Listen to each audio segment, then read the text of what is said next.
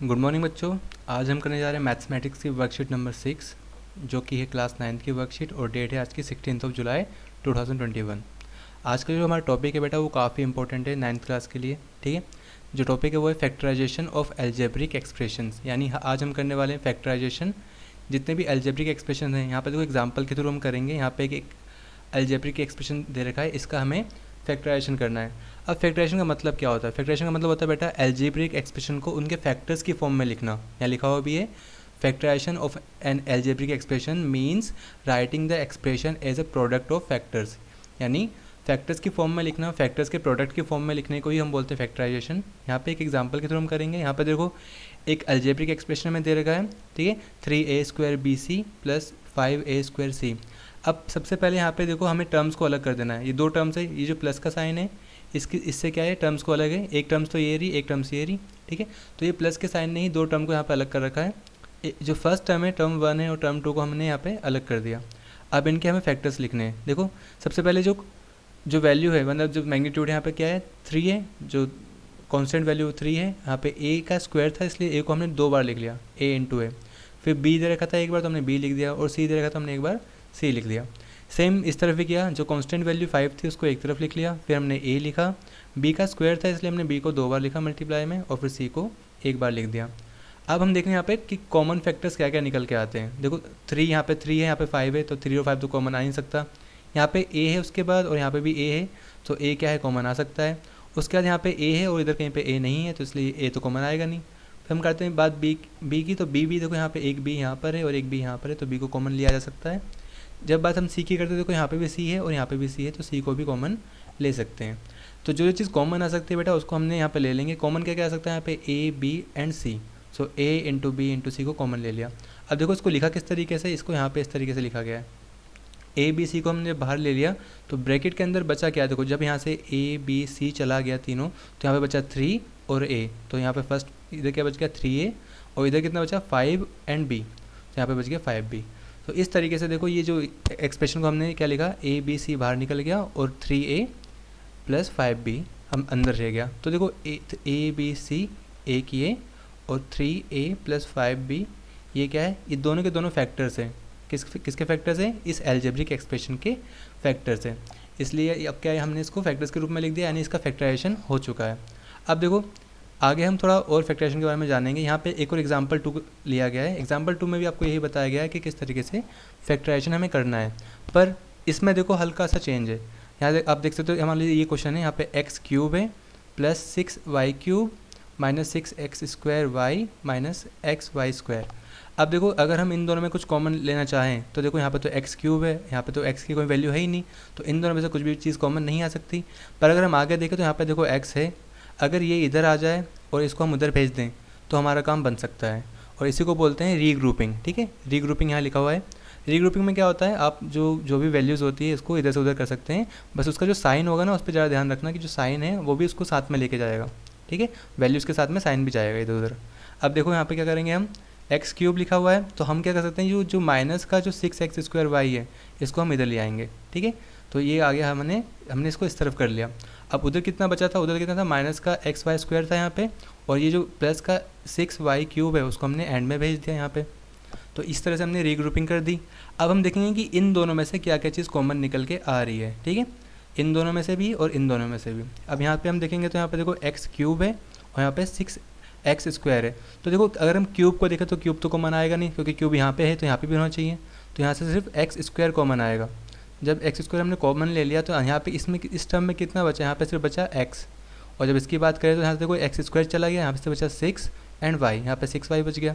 Same इस तरफ करेंगे हम, यहाँ पे हम देखेंगे कि क्या कॉमन लिया जा सकता है। देखो x तो कॉमन आएगा नहीं क्योंकि दोनों तरफ x तो है नहीं, y² यहाँ पे भी और y³ यहाँ पे, तो क्यूब कॉमन नहीं ले सकते क्योंकि पावर 3 है, तो यहाँ पे भी पावर 3 होनी चाहिए थी जो कि नहीं है। सो जो स्क्वायर है y² यहाँ से हम कॉमन ले लेंगे। y² कॉमन लेंगे तो यहाँ पे कितना बचा, x बचा यहाँ पे, और यहाँ पे कितना बचा, एक तो बचा 6, और एक यहाँ पे देखो y² कॉमन गया है तो यहाँ पे एक y बच गया। अब आते हैं साइन पे। आप देख रहे हो यहाँ पे साइन प्लस का है और यहाँ पे साइन माइनस का है। ऐसे कैसे हुआ, ये ऐसे हुआ बेटा क्योंकि ये बाहर का जो साइन है वो माइनस का है। जब भी कभी कॉमन ले रहे हैं हम नंबर और बाहर साइन माइनस का हो, ब्रैकेट के बाहर ये वाला साइन अगर माइनस का होगा तो ये इस अंदर वाले साइन को आपको चेंज कर देना है। अगर प्लस का होगा तो उसको माइनस कर देंगे और माइनस का होगा तो उसको प्लस कर देंगे। तो इस माइनस की वजह से जो अंदर वाला साइन है प्लस का वो माइनस का बन चुका है। अब देखो यहाँ पे भी ब्रैकेट में x माइनस 6y आया और यहाँ पे भी x माइनस 6y आया, मतलब आपका आंसर ठीक है। ठीक है, अब जो ब्रैकेट के बाहर नंबर बचा हुआ है x square minus y square, उसको एक तरफ लिख लो। ठीक है, और x माइनस 6y जो 2 बार आया था उसको आप एक बार लिख लो। तो इस तरह से क्या हुआ है, अब यहाँ पे भी देखो x square minus y square का एक फॉर्मूला लग रहा है। आपने एक आइडेंटिटी पढ़ी थी, एक फॉर्मूला पढ़ा था कि x square minus y square क्या होता है, x minus y x plus y. तो इसको यहाँ पे भी और भी आगे मतलब फर्दर फैक्टराइज कर दिया है हमने, दोबारा से फैक्टराइज कर दिया है। तो इस तरह से एक फैक्टर ये हो गया, एक फैक्टर ये हो गया और एक फैक्टर ये हो गया इस एल्जेब्रिक एक्सप्रेशन का। तो एग्जाम्पल 2 में भी आपको इस तरीके से समझाया गया है। अब आगे बढ़ते हैं, अब करते हैं बात एग्जाम्पल 3 की। एग्जाम्पल 3 में भी देखो हमें कहा गया कि फैक्टराइज करनी है इस एल्जेब्रिक एक्सप्रेशन को। अब ध्यान से देखना, यहाँ पे सिर्फ 3 टर्म है, ऊपर वाले में 4 टर्म थे, इसलिए हमने कुछ ना कुछ कॉमन ले लिया था। अगर हम 3 टर्म को देखें तो कुछ ना कुछ कॉमन अगर हम लेना चाहें तो देखो इन 2 टर्म से तो आ जाएगा x कॉमन, पर आखिरी में क्या बचेगा, सिर्फ 8 बचेगा। 8 से कुछ भी कॉमन नहीं आने वाला, इसलिए हम क्या करेंगे, इसको अलग तरीके से फैक्टराइज करेंगे। इसके लिए देखो या तो एक आप फॉर्मूला लगा लो, एक हमने आइडेंटिटी एक फॉर्मूला पढ़ा था x plus A x plus B वाला। फॉर्मूला क्या होता है, x square plus A plus B x plus एस ए इंटू बी। ये सेम एक आइडेंटिटी ये फॉर्मूला हमने इससे जो पुरानी वर्कशीट थी उसमें करा था। अब या तो ये फॉर्मूला लगा लो या तो एक और चीज़ लगा सकते हो आप इसमें डायरेक्ट। इसका एक देखो डायरेक्ट मेथड है, वो क्या है, जब भी कुछ कॉमन ना निकले या कोई भी a प्लस बी का फॉर्मूला नहीं बन रहा, कोई सा भी कुछ फॉर्मूला नहीं बन रहा, तो आपको क्या देखना है, आपको एक्स स्क्वायर वाली टर्म देखनी है यहाँ पे कि एक्स स्क्वायर के साथ में कौन सा नंबर लिखा है, और एक वो टर्म देखनी है जिसमें एक्स वाई जेड कुछ भी नहीं है। उन दोनों को आपको मल्टीप्लाई कर देना है। देखो यहाँ पे 1 है और यहाँ पे 8 है, सो 1 और 8 को मल्टीप्लाई कर दो, कितना आएगा, 1 8 ज़ा 8 ही आएगा, यानी 8 1 ज़ा 8। अब आपको 8 के फैक्टर्स करने हैं बेटा, 8 के ऐसे फैक्टर्स करने हैं जिनको प्लस करने पे कितना आ जाए 6। इसी मेथड को आपको सिखाया जाता है स्कूल में भी, यानी 8 के ऐसे फैक्टर्स करने हैं जिनको जोड़ने पर 6 आ जाए। अब देखो 8 के फैक्टर्स क्या क्या हो सकते हैं, या तो एक हो सकता है 1 इंटू 8, ठीक है, मल्टीप्लाई करने पे 8 आएगा और जोड़ने पे 9 आएगा, तो ये तो हो नहीं सकता। अगर हम बात करें 2 इंटू 4, तो देखो मल्टीप्लाई करने पे कितना आ रहा है बेटा, मल्टीप्लाई करने पे 8 आ रहा है और जोड़ने पे कितना आ रहा है 6, तो इन्हीं फैक्टर को लेंगे। अब 2 और 4 हो गया, क्योंकि यहाँ पे सारे जो साइन है, यहाँ पे पहला साइन भी प्लस का है, दूसरा साइन भी प्लस का है, तो आप यहाँ पे प्लस प्लस ही लगा दो, कोई फ़र्क नहीं पड़ेगा।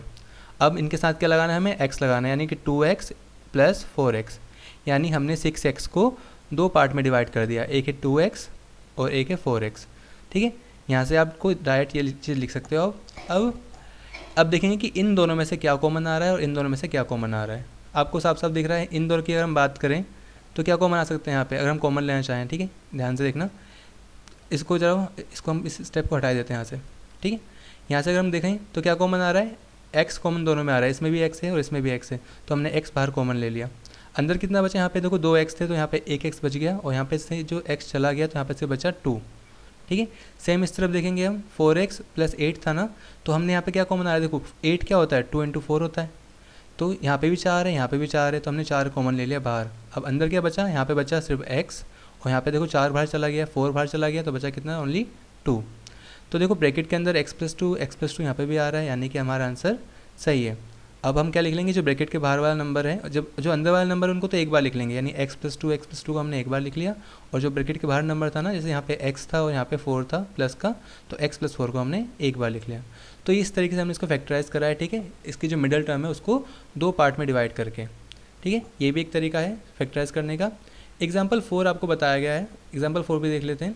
एग्जाम्पल 4 में आपको सिंप्लीफाई करने के लिए कहा गया है। ठीक है, फैक्टराइज नहीं कहा गया है, पर इसके अंदर करना है फैक्टराइजेशन ही, उसी तरीके से सिंप्लीफाई होगा, बिना फैक्टराइजेशन के सिंप्लीफाई नहीं होगा। तो यहाँ पे एक जो हमें जो क्वेश्चन दे रखा है उसमें क्या लिखा है, यहाँ पे x square plus 4x plus 3 और डिवाइड करना है उसको 6x प्लस 18 से। ये क्वेश्चन है आपके सामने। सबसे पहले इसको करने के लिए हम क्या, ऊपर वाले जो क्वेश्चन है, जो इक्वेशन है, एक्सप्रेशन है, इसको क्या करेंगे, फैक्टराइज करेंगे। अब इसको किस तरह से फैक्टराइज कर सकते हैं हम, उसी तरीके से जिस तरह से हमने ये वाला करा है। ठीक है, यानी देखो इसके जो मिडल टर्म है उसको 2 पार्ट में डिवाइड कर दो। सबसे पहले देखो ये इस तरह से लिखा है ना, एक्स स्क्वायर प्लस का 4x प्लस 3, तो इसका जो फर्स्ट टर्म है यानी एक्स स्क्वायर के साथ में जो नंबर है उसको लास्ट नंबर से मल्टीप्लाई कर दो। 1 को 3 से करेंगे तो कितना आएगा, 3 ही आएगा। अब 3 के ऐसे फैक्टर्स जिनको जोड़ने पर 4 आ जाए। अब 3 के फैक्टर्स क्या होंगे, 1 इंटू 3 यही होंगे। ठीक है, तो हमने क्या कर लेंगे, 3 के फैक्टर्स कर लेंगे 1 इंटू 3 या 3 इंटू 1। ठीक है, अब चाहे तो कुछ भी लिख सकते हो, आएगा तो 3 आएगा ना। अब इनके साथ क्या लगा देना है, हमें x लगा देना है, ठीक है। यहाँ पे भी x लगा दो, यहाँ पे भी x लगा दो। जब हम x लगा देंगे तो इस 4x यहाँ पे हमको यहाँ पे लिख लेना है। देखो यहाँ पे भी इस तरह से समझा रखा है, एक्स स्क्वायर लिया, यहाँ पे मिडल टर्म को हमने 2 पार्ट में ब्रेक कर लिया, 3 + 1। क्यों? क्योंकि देखो यहाँ पे भी 3 था ना बाहर, तो ताकि 3 कॉमन आ सके। और इस तरीके से यहाँ पे फिर क्या करा गया है, आगे जब इसको देखा तो देखो एक्स स्क्वायर, अभी जो x है इन दोनों में मल्टीप्लाई कर दिया है, 3 में भी कर दिया 3x और 1 में भी कर दिया 1x। अब आते कॉमन लेने की बारी।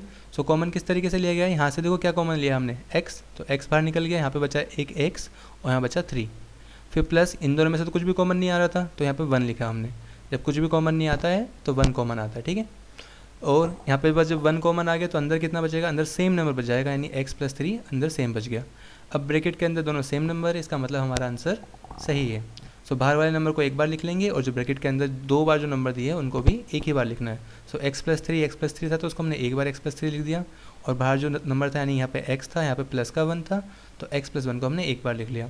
अब देखो नीचे, अगर हम नीचे की बात करें तो यहाँ पे 6x + 18 था, तो क्या कर सकते हैं, इसमें भी हम कुछ ना कुछ कॉमन ले सकते हैं। देखो 6 + 18 है, तो 18 को हम क्या ले सकते हैं, 6 × 3 = 18।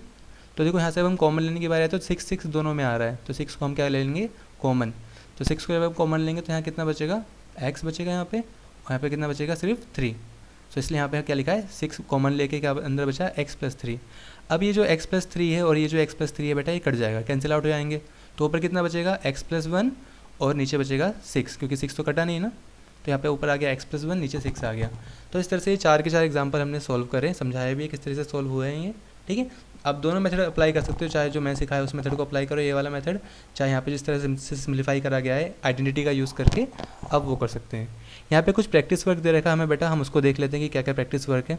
सबसे पहले देखो पहला क्वेश्चन बोला है factorize the following algebraic expression. हमें ये जो एलजेब्रिक एक्सप्रेशन है इनको फैक्टराइज करने के लिए कहा गया है, ठीक है। इसमें 4 एक्सप्रेशन है, उनको फैक्टराइज करने के लिए कहा गया है। आइए इन्हें करते हैं, ठीक है। यहाँ पे देखते हैं जो पहला एलजेब्रिक एक्सप्रेशन है वो क्या था, हमें ऐड x(y³ - 6x² y²। जब इनकी हम बात करेंगे बेटा तो तुम इनको क्या करना पड़ेगा, पहले फैक्टर्स इनके फाइंड करने होंगे, ठीक है। इनके फैक्टर्स क्या क्या निकल रहे हैं, देखो 8 को हम क्या लिख सकते हैं, 2 × 2 × 2 लिख सकते हैं। फिर यहाँ पे एक x था तो हमने एक बार x लिख लिया। अब y का क्यूब है, यानी y को हमें 3 बार लिखना है मल्टीप्लाई में, y × y। सेम इस तरफ करेंगे, 6 को क्या लिख सकते हैं बेटा, 2 × 3, 6 हो गया। और फिर यहाँ पे x² था तो हमने x को यहाँ पे 2 बार मल्टीप्लाई कर दिया, y² था तो y को भी 2 बार मल्टीप्लाई कर दिया। अब हम देखेंगे कि क्या चीज़ दोनों में कॉमन आ रही है। देखो एक बार यहाँ पे 2 आ रहा है, इधर भी 2 आ रहा है, ठीक है, तो 2 कॉमन है। अब यहाँ पे 2 बार 2 और है, इधर तो 2 बचे ही नहीं ना, तो अब यहाँ पे 3 है, इधर भी 3 नहीं है, तो यहाँ पे 2 ही कॉमन है। आगे देखते हैं x पे, तो देखो यहाँ पे भी एक बार x आ रहा है, इधर भी एक बार x आ रहा है, तो यहाँ पे x भी कॉमन आ गया। इसके अलावा और भी देखो, इधर x नहीं है और इधर एक x बचा हुआ है, तो कॉमन तो नहीं आएगा, दोनों तरफ आना चाहिए। आते हैं y पे, देखो एक बार y यहाँ पे भी आ रहा है और एक बार y इधर भी आ रहा है, तो y को भी कॉमन ले लेंगे। तो कॉमन क्या आया, इसके अलावा यहाँ पे एक y बच गया है, ठीक है, और इधर y² था ना, तो हम यहाँ से y² यानी एक और y कॉमन आ सकता है, तो y को एक और y को हम यहाँ पे कॉमन ले लेंगे। तो कितना बचा है यहाँ पे देख सकते हैं, 2 हो गया। एक बार आंसर क्वेश्चन देख लेते हैं, ये था ना y² ही था ना, हाँ y² ही था। तो देखो यहाँ पे क्या कॉमन आ सकता है, यहाँ पे आ गया 2x, यहाँ पे 2 भी आ गया, x भी आ गया, और y 2 बार आया तो यहाँ पे स्क्वायर आएगा बेटा, यहाँ पे ऊपर 2 लिख लेना, 2x y² कॉमन ले लिया हमने। अंदर क्या बचा, यहाँ पे देखो 2 × 4 यानी 4y बचा इधर, और इधर कितना बचा, एक तो 3 बचा और एक x बचा, तो यहाँ पे 3x बच गया, ठीक है। इस तरह से जो पहला क्वेश्चन है वो ये सॉल्व हो गया, इसका आंसर यहाँ पे दे रखा है। आगे बढ़ते हैं क्वेश्चन नंबर 2 पे, जो सेकंड क्वेश्चन है हमारा, क्वेश्चन नंबर 2। यहाँ पे देखो हमें जो क्वेश्चन दे रखा था ये काफ़ी अलग क्वेश्चन है बेटा। यहाँ लिखा है 2ab² + a² - 2a²b - b²। अब इनमें से अगर देखो हम कॉमन लेना चाहें तो देखो इनमें से, इन दोनों में से क्या है, a कॉमन आ सकता है, यहाँ से भी b कॉमन आ सकता है, पर अंदर जो ब्रैकेट के अंदर बचेगा वो सेम नंबर नहीं बचने वाले। इसलिए क्या करेंगे, हम इनको पहले रीग्रुप करेंगे, ठीक है। यहाँ पे रीग्रुपिंग हो रहा है, ठीक है। इस जो टर्म है यानी माइनस वाले टर्म को इधर ले आना है और जो a² वाले को हमें इधर ले जाना है। जब हमने इस माइनस वाले को इधर ले गए तो यहाँ पे आ गया 2ab² - 2a²b। अब देखो इन दोनों में से क्या क्या चीज़ कॉमन आ रही है, एक तो 2 आ रहा है कॉमन, एक आ रहा है a और एक आ रहा है b, तो 2ab हमने कॉमन ले लिया। यहाँ पे देखो एक b बचा हुआ था तो एक b यहाँ पे लिख लिया, और यहाँ पे देखो एक a बचा हुआ था तो एक a यहाँ पे लिख लिया। सेम इसी तरीके से हम देखेंगे कि यहाँ से क्या कॉमन आ रहा है। देखो यहाँ पे एक फॉर्मूला लग सकता है ए स्क्वायर माइनस बी स्क्वायर का फॉर्मूला, जो हमने अभी पीछे पढ़ा था। क्या होता है ए प्लस बी ए माइनस बी। यहाँ पे फॉर्मूला आके हमने इसको एक्सपेंड कर लिया। आगे बढ़ते हैं। तो देखो यहाँ से अगर हम कुछ कॉमन लेना चाहें तो कॉमन आ सकता है, पर ये साइन दिक्कत कर रहा है। देखो ये साइन ए पे लगा है माइनस का, और यहाँ पे जो साइन लगा हुआ है ये बी पे लगा हुआ है। तो इसको अगर ये साइन बी पे होता तो हमारा आंसर आ जाता। इसलिए हम क्या करेंगे, यहाँ से माइनस को कॉमन ले लेंगे। माइनस को हमने बाहर कॉमन ले लिया तो देखो इनके साइन चेंज हो जाएंगे, ए इधर आ जाएगा और बी उधर चले जाएगा। तो इसको हो जाएगा, ये हो जाएगा ए माइनस बी। अब देखो यहाँ पे ए माइनस बी है, यहाँ पे भी ए माइनस बी है। तो यहाँ पे ए माइनस बी को हमने सबसे बाहर कॉमन ले लिया। सबसे बाहर कॉमन लेके यहाँ पे बड़ा ब्रैकेट लगाया, तो यहाँ कितना बचा माइनस का 2ab, और यहाँ पे कितना बचा a प्लस बी ब्रैकेट के अंदर। तो ये भी इस तरह से आंसर आपका हो गया सेकंड क्वेश्चन। थर्ड क्वेश्चन की बात करें तो थर्ड तो वही वाला क्वेश्चन है, x square plus 8x plus 12। तो आपको क्या करना है, वही चीज़ मैं बताई थी कि जो फर्स्ट टर्म होता है एक्स स्क्वायर के साथ वाला नंबर होता है, और जो बिना एक्स वाला नंबर होता है उनको मल्टीप्लाई कर दो। 1 को 12 से मल्टीप्लाई करेंगे तो कितना आएगा बेटा 12 आएगा। अब 12 के ऐसे फैक्टर्स करने हैं जिनको जोड़ने पर 8 आए बेटा। अब 12 के ऐसे फैक्टर्स क्या हो सकते हैं, 2 इंटू 6, 2 6 का कितना होता है 12 होता है, और जोड़ने पे कितना आएगा 8।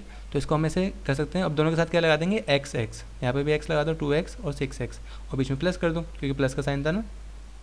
तो यही हमने यहाँ पे करा है, 8x को करा है, दो पार्ट में डिवाइड कर लिया है, 2x प्लस 6x। अब हम इसको क्या करेंगे, यहाँ से कॉमन लेंगे। तो यहाँ से दोनों में से क्या है x x कॉमन आ रहा है, तो x को कॉमन ले लिया हमने। यहाँ कितना बचेगा x प्लस 2 इधर, और यहाँ से देखो क्या कॉमन आ रहा है, यहाँ पे 6 इधर भी है, और 12 को हम क्या लिख सकते हैं बेटा 6 इंटू 2, 6 बटा 12 होता है ना। तो यहाँ से हम 6 को कॉमन ले लेंगे, तो यहाँ कितना बचेगा x प्लस 2। अब ब्रैकेट के अंदर x प्लस 2 सेम है, वो हमने बाहर लिख लिया। अंदर कितना बचेगा x प्लस 6, यानी जो बाहर वाला नंबर है x प्लस 6 उसको हम एक बार लिख लेंगे। ठीक है, तो इस तरह से ये क्वेश्चन नंबर थर्ड भी मतलब 3 भी खत्म सॉल्व हो जाएगा। अब आते हैं हम फोर्थ पे। जो फोर्थ क्वेश्चन है बेटा वो क्या कहलाता है, वो यही है कि x square plus 10x plus 16 है। उसको भी इसी तरीके से करना है। यहाँ पे 1 है, यहाँ पे 16 है, तो 1 और 16 को मल्टीप्लाई करो, कितना आएगा 16। 16 के ऐसे फैक्टर्स बेटा जिनको जोड़ने पे कितना आना चाहिए 10 आना चाहिए, जिनको प्लस करने पे 10 आना चाहिए। अब क्या हो सकते हैं ऐसा, जैसे 2 8 16, मल्टीप्लाई करने पे 16 आ रहा है और प्लस करने पे 10 आ रहा है, यानी हमारा जो फैक्टर है 2 और 8 हो सकता है। अब इनके साथ क्या लगाना है, एक्स एक्स लगा देना है। अब साइन सब प्लस के हैं तो बीच में प्लस का साइन ही आएगा, तो इस तरह से हमने यहाँ पे 2x प्लस 8 लिख लिया। अब कॉमन की बारी आएगी तो इन दोनों से कॉमन ले लो। क्या कॉमन निकल रहा है, x कॉमन निकल रहा है, x को हमने बाहर लिख लिया। अंदर कितना बचा x प्लस 2 बच गया इस तरफ, ठीक है, क्योंकि यहाँ पे देखो यहाँ से x चला गया तो यहाँ पे सिर्फ 2 बचेगा। प्लस अब हम जब यहाँ की बात करें तो देखो 16 को क्या लिख सकते हैं, 16 को लिख सकते हैं हम 8 इंटू 2, 8 और 16 होता है, तो यहाँ से भी 8 और यहाँ से भी 8 को हमने कॉमन ले लिया। अंदर कितना बचा x और यहाँ कितना बचा 2, x प्लस 2। तो देखो ब्रैकेट के अंदर x प्लस 2 आ गया है, यानी आंसर ठीक है। हम क्या करेंगे, x प्लस 8 को एक साथ लिख लेंगे एक तरफ, और x प्लस 2 को एक तरफ लिख लेंगे एक बार, ठीक है। तो इस तरह से जो फर्स्ट क्वेश्चन के चार पार्ट थे वो चारों के चारों यहाँ पे सॉल्व हो गए हैं। अब देखते हैं हम सेकंड क्वेश्चन क्या है। देखो सेकंड क्वेश्चन क्या बोला था, उसने कहा था सिंप्लीफाई द फॉलोइंग। हमें क्या करना है, सिंप्लीफाई करना है इन दो क्वेश्चन को, फर्स्ट एंड सेकंड को। तो पहला क्वेश्चन है एक्स स्क्वायर माइनस 9 और नीचे दे रखा डिवाइड में 6x प्लस 18। देखते हैं इसको कैसे करेंगे। देखो ये रहा सेकंड का फर्स्ट पार्ट है, x square minus 9 6x plus 18।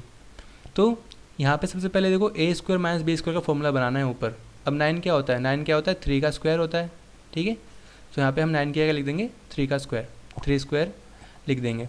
अब यहाँ पे ऊपर एक फॉर्मूला लग सकता है किसका, ए स्क्वायर माइनस बी स्क्वायर का। वो क्या होता है, ए प्लस बी ए माइनस बी, यानी इसको हम लिख देंगे एक्स प्लस 3 एक बार, और एक बार मल्टीप्लाई में लिख देंगे एक्स माइनस 3, जो कि हमने यहाँ पे किया। एक्स प्लस 3 लिख दिया एक बार, और एक बार लिख दिया एक्स माइनस 3। और नीचे देखो 6 की हम बात करें तो देखो 18 क्या होता है, 6 3 18 होता है। तो 6 दोनों जगह पे आ रहा है, तो 6 को हमने कॉमन ले लेंगे बाहर। 6 कॉमन आ गया। अंदर कितना बचा, यहाँ पे बचा x और यहाँ पे बचा 3, तो अंदर बचेगा x प्लस 3। अब जो चीज़ कट रही है उसे काट देंगे। देखो x प्लस 3 ऊपर भी आ रहा है और x प्लस 3 नीचे भी आ रहा है, तो इससे ये कट जाएगा, ठीक है। अब आंसर कितना है हमारा, ऊपर बचा x माइनस 3 और नीचे डिवाइड में बचा 6, तो ये आपका आंसर है, ठीक है। सेकेंड का फर्स्ट पार्ट का। सेकेंड का जो सेकेंड पार्ट है वो यहाँ पे दे रखा है बेटा। क्वेश्चन क्या है, x square plus 3x plus 2, और डिवाइड करना है इसको x प्लस 2 से। अब सबसे पहले इसके फैक्टराइज करने होंगे। अब देखो इसका फैक्टराइज उसी तरीके से करना है जिस तरीके से ऊपर बताया मैंने। यहाँ पे 1 है, सो 1 और 2 को मल्टीप्लाई करो, 1 2 कितना हो गया 2। 2 के ऐसे फैक्टर्स बेटा जिनको प्लस करने पे कितना है 3। तो क्या हो सकता है, 1 को हम अगर हम 2 से मल्टीप्लाई करेंगे तो कितना आएगा, 1 को 2 से मल्टीप्लाई करेंगे तो 2 ही आएगा, और प्लस करने पर 3 आएगा। अब सब प्लस के साइन है तो यहाँ पर भी x लगा दो, यहाँ पर भी x लगा दो। तो इस तरीके से हमने यहाँ पे लिख दिया 3x को क्या कर दिया 1x प्लस 2x लिख दिया। जब कॉमन लेने की बारी आएगी बेटा तो यहाँ से दोनों तरफ से क्या कॉमन आ रहा है, सिर्फ x कॉमन आ रहा है। x हमने कॉमन ले लिया तो अंदर कितना बचेगा, एक x बचा यहाँ पे और यहाँ पे 1 बचा, क्योंकि x तो बाहर चला गया, यहाँ पे x था बाहर निकल गया तो यहाँ पे 1 बचेगा सिर्फ। फिर प्लस का साइन लगाएंगे, इन दोनों में से क्या कॉमन आ रहा है 2 दोनों तरफ आ रहा है, तो 2 हमने यहाँ से कॉमन ले लिया। जब 2 कॉमन लेंगे तो यहाँ पे कितना बचेगा x और इस तरफ कितना बचेगा 1, ठीक है। तो अब देखो ब्रैकेट के अंदर बिल्कुल सेम नंबर है x + 1 यानी आंसर ठीक है। अब जो ब्रैकेट के अंदर जो नंबर है x + 1 उनको एक बार लिख दो और x + 2 जो है उसको एक बार लिख लो। x + 2 को हमने यहाँ पे लिख दिया और x + 1 को हमने यहाँ पे लिख दिया, और नीचे कितना था हमें दे रखा था x + 2 नीचे आ गया। अब देखो ऊपर भी x + 2 है और नीचे भी है, तो इससे ये कट गया, तो अब फाइनली हमारा आंसर कितना आ गया x + 1, ठीक है। इस तरह से आपकी जो वर्कशीट थी ये, ठीक है, वो वर्कशीट सॉल्व होती है पूरी तरह से। फिर भी आपको अगर कोई डाउट हो इस वर्कशीट में यानी मैथ्स की वर्कशीट में तो आप पूछ सकते हैं कमेंट सेक्शन में, ठीक है। ये वर्कशीट काफ़ी इंपॉर्टेंट थी और ये टॉपिक जो है फैक्टराइजेशन का काफ़ी इंपॉर्टेंट है, ठीक है। आपके आगे भी काम आने वाला है 10th क्लास में, तो अच्छे से सीख लेना, ठीक है। आई होप आपको वीडियो पसंद आई होगी। अगर आपको वीडियो पसंद आई है तो वीडियो को लाइक कर देना और चैनल को सब्सक्राइब जरूर कर देना, ठीक है। आपका सपोर्ट हमें चाहिए ही चाहिए, ठीक है। मिलते हैं अगली वीडियो में, तब तक के लिए stay safe and keep learning.